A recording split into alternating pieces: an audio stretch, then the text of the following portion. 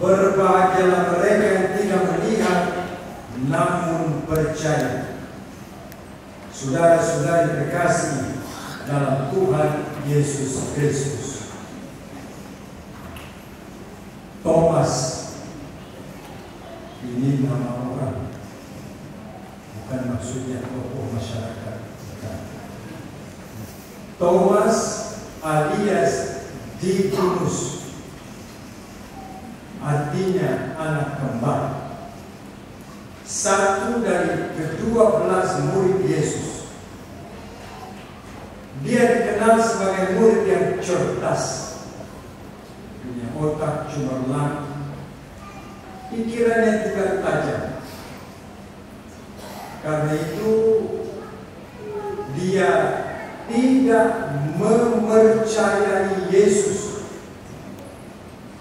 tidak mempercayai kebangkitannya sebelum melihat dengan mata atau kepala sendiri. Padahal murid-murid lain telah melihat, berjumpa dengan Yesus yang telah dibangkitkan. Thomas mengatakan, sebelum aku melihat bekas paku pada waktu Yesus disalibkan pada tangannya, dan aku sebelum mencucukkan jariku pada bekas paku itu dan mencucukkan tanganku pada lambungnya, sekali-kali aku tidak akan percaya.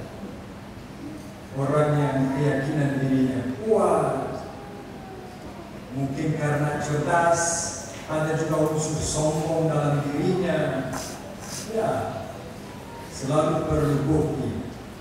Tapi ada hal yang Thomas lupa. Banyak hal di dunia tidak kelihatan, tapi ada. Kita ambil misal, siapa yang pernah melihat angin? Ada? Tapi percaya ada angin. Siapa pernah melihat bahwa ada tenaga dalam listrik? Ada yang bisa melihat? Tidak. Tapi ada nggak? Ada. Karena akibat-akibat itu keras. Lalu Yesus mengatakan demikian, karena engkau telah melihat aku, Thomas, maka engkau percaya. Berbahagialah mereka yang tidak melihat namun percaya. Percaya akan kebangkitan Tuhan Yesus Kristus. Saudara-saudara terkasih dalam Tuhan Yesus Kristus, adalah sangat penting peristiwa-peristiwa penampakan Tuhan Yesus. 8 kali Yesus menampakkan diri setelah dia bangkit. Beberapa di antaranya, pertama kepada Maria Magdalena, pernah dirasuki oleh 7 setan. Kepada 2 rasul yang dalam perjalanannya ke Emmaus, kepada murid-murid lain, kepada Kefas, kepada ke-12 rasul, dan bahkan kepada 500 orang sekaligus. Ini menunjukkan bahwa Yesus yang wafat, yang meninggal dunia, dibangkitkan dari alam maut, tetap hidup, tetap hadir, tetap berkarya, tetap peduli dengan mereka yang percaya kepada-Nya. Saudara-saudara terkasih dalam Tuhan Yesus Kristus, di balik peristiwa penampakan Yesus setelah dia dibangkitkan dari alam maut, maka di situ dalam keadaan apapun, para rasul, para murid tetap merasa didampingi, disertai oleh Tuhan Yesus Kristus. Dalam suka, dalam duka, dalam sedih, kesedihan, dalam keraguan-keraguan, dalam kebingungan, dalam ketakutan, Yesus tetap hadir. Apakah sadar, apakah merasa itu? Nah, itu lainnya pengalaman. Seperti Thomas juga punya sikap yang tadi, sebelum aku melihat sendiri, sebelum saya meletakkan mencucukkan jariku pada bekas paku, sebelum aku meletakkan tangan pada bekas lambung Yesus yang tusuk itu, sekali-kali saya tidak akan percaya. Saudara-saudara terkasih dalam Tuhan Yesus Kristus, sesudah Thomas melihat sendiri dan meletakkan sendiri apa saja yang dia kehendaki, akhirnya dia mengaku, ya Tuhanku dan Allah. Itulah doa yang sering kita ulangi pada waktu kita menerima tubuh dan darah Kristus. Pada waktu imam mengangkat tubuh Kristus, kita bersujud dan mengakui, ya Tuhanku dan Allah. Tiga kali. Ya Tuhanku dan Allah. Ya Tuhanku dan Allah. Pengakuan akan Yesus sebagai Tuhan dan Allah. Lalu kalau pada waktu imam mengangkat piala, doa apa? Sederhana. Tuhan Yesus, ampunilah aku. Tuhan Yesus, ampunilah aku. Tuhan Yesus, ampunilah aku. Doa orang beriman. Saudara-saudara terkasih dalam Tuhan Yesus Kristus, sesudah Yesus dibangkitkan, dia masih beri hadiah. Bukan kado seperti biasa, bukan. Tapi Yesus berikan hadiah berupa damai sejahtera. Damai sejahtera yang memberikan kesejukan dalam hidup. Ini harganya sangat mahal. Ya, orang bertanya, kapan saya benar damai? Kapan saya rasakan? Hanya di dalam Tuhan. Baca Mazmur 62 ayat 3. Hatiku tidak pernah tenang kecuali di dalam Tuhan. Jadi kalau benar saya mengalami Tuhan dalam hidup, damai itu ada. Tapi kalau saya berada di luar Tuhan, tidak mengalami Tuhan, tidak ada rasa damai dalam hidup. Gelisah terus, takut, cemas, serahkan.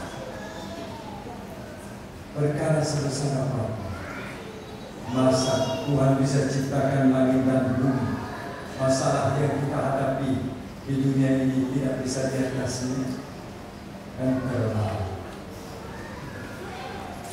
kita kurang yakin, kurang percaya. Itu masalah. Tapi memang ada orang katakan, ya manusia berusaha, Tuhan tetap itu menentukan. Persen-persen yang lain. Ada yang katakan usaha manusia 40%, Tuhan 60%. Itu hitungan saja. Yang jelas, Tuhan punya saham 100%, usaha manusia juga 100%. Sama-sama berusaha, dan Tuhan tetap peduli dan perhatikan kita. Amin. Saudara-saudara terkasih dalam Tuhan Yesus Kristus, di samping kado damai sejahtera, Yesus juga katakan, terimalah Roh Kudus. Apa? Roh yang menguduskan kita, Roh yang membawa kebersihan dalam pikiran, dalam hati, dan dalam hidup. Roh yang juga memberikan kepada kita keberanian. Hidup apa yang tidak punya risiko? Namanya sudah hidup, datang ke dunia, berarti sudah siap dengan risiko.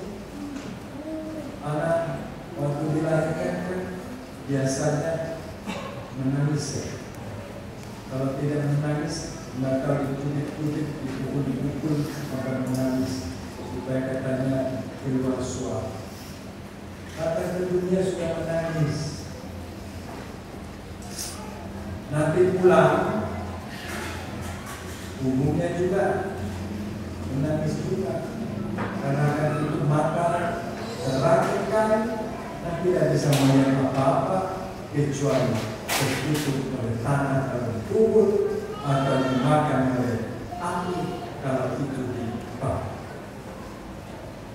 Jadi kalau begitu berarti perjalanan hidup sejak awal sudah ditandai dengan demikian, kita serahkan pada kuasa. Bersuka cita dalam Tuhan karena Tuhan berikan Roh Kudus. Siapa tidak punya masalah di dunia? Tapi kita tidak pernah takut. Mengapa? Roh Kudus tetap menyertai. Roh Kudus pasti tolong kita. Roh Kudus juga memberikan kepada kita semangat. Roh Kudus memberikan kepada kita, dia punya kekuatan dalam menghadapi keadaan apapun dalam hidup. Karena itu saudara-saudara terkasih, peristiwa kebangkitan Tuhan yang kita rayakan dalam penampakan hari ini kepada Thomas, penampakan kepada kita sekalian, kita mau belajar dari Santa Maria Faustina Kowalska, seorang sederhana, belajar mungkin hanya sekian tahun, tapi dia dipakai oleh Tuhan untuk menyalurkan rahmat belas kasih. Pekerjaannya sederhana di dapur, tidak terpandang tinggi, biasa-biasa saja. Tuhan gunakan dia. Tuhan Yesus berbicara kepadanya, Tuhan Yesus sampaikan pesan kepadanya, termasuk dulu setiap hari pukul 3 petang kita mendoakan doa pengharian. Kurang dari 10 menit tiap hari, asal disiplin. Karena inti doa adalah Yesus, Engkaulah andalanku, bukan yang lain. Hanya Yesuslah andalan. Kalau benar saya pegang Yesus sebagai andalan, maka di situ kekuatan kita luar biasa. Saudara-saudara terkasih, kita semua yang hadir di sini adalah belas kasihan Tuhan. Tuhan tidak berbelas kasih, selesai. Itu. Tapi karena Tuhan berbelas kasih, saya masih bisa bicara, saudara-saudara mendengarkan, kalau tidak ngantuk, tetap dengan iman, yakin bahwa Tuhan menyertai. Saudara-saudara terkasih, mari kita bersama Santa Maria Faustina Kowalska asal Polandia dengan segala kerendahan memohon belas kasihan Tuhan. Belas kasihan untuk dosa-dosa yang telah dilakukan, kesalahan-kesalahan yang sudah dilakukan, dan untuk hal-hal apapun juga. Biarlah belas kasihan Tuhan turun seperti hujan membasahi bumi yang kering keron. Dan pada hari ini mujizat Tuhan akan tampak dalam belas kasihannya dengan menerima tubuh dan darah. Mari kita akhiri renungan ini dengan mengulangi 3 kali. Yesus, Engkaulah andalan. Yesus, Engkaulah andalan. Yesus, Engkaulah andalan. Yesus, Engkaulah andalan. Mari kita membawa